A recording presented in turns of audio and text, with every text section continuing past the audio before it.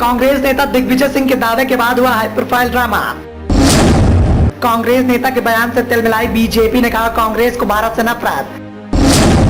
दिग्विजय सिंह ने किया दावा इसरो के वैज्ञानिकों को नहीं मिल रहा है वेतन।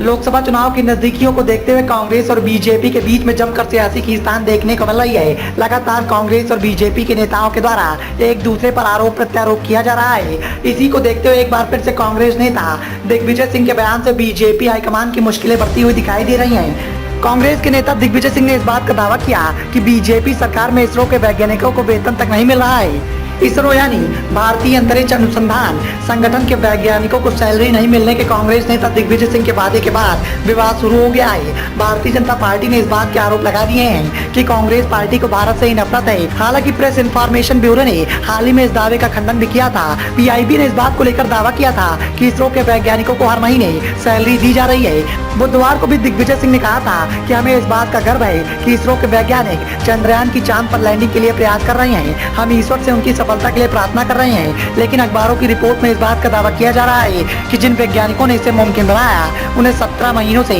सैलरी नहीं मिली है। प्रधानमंत्री को इस बात पर ध्यान देना चाहिए। प्रधानमंत्री नरेंद्र मोदी वैसे तो भारत के विकास की बड़ी बड़ी बातें करते हैं, लेकिन भारत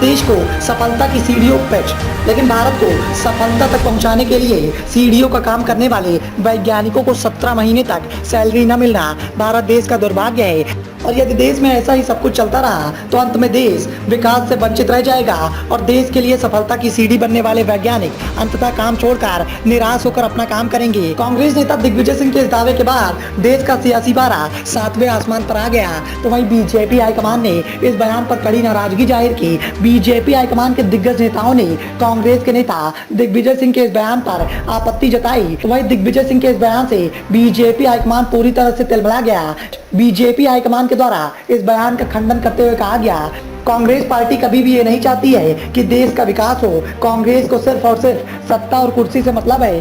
सत्ता की चाहत में आकर कांग्रेस के द्वारा लगातार बीजेपी सरकार पर निराधार आरोप लगाए जा रहे हैं, जिसका पुरजोर जवाब हमारे द्वारा दिया जाएगा। हाल ही में पीआईबी ने भी इन दावों का खंडन किया। पीआईबी ने इस बात को लेकर दावा किया।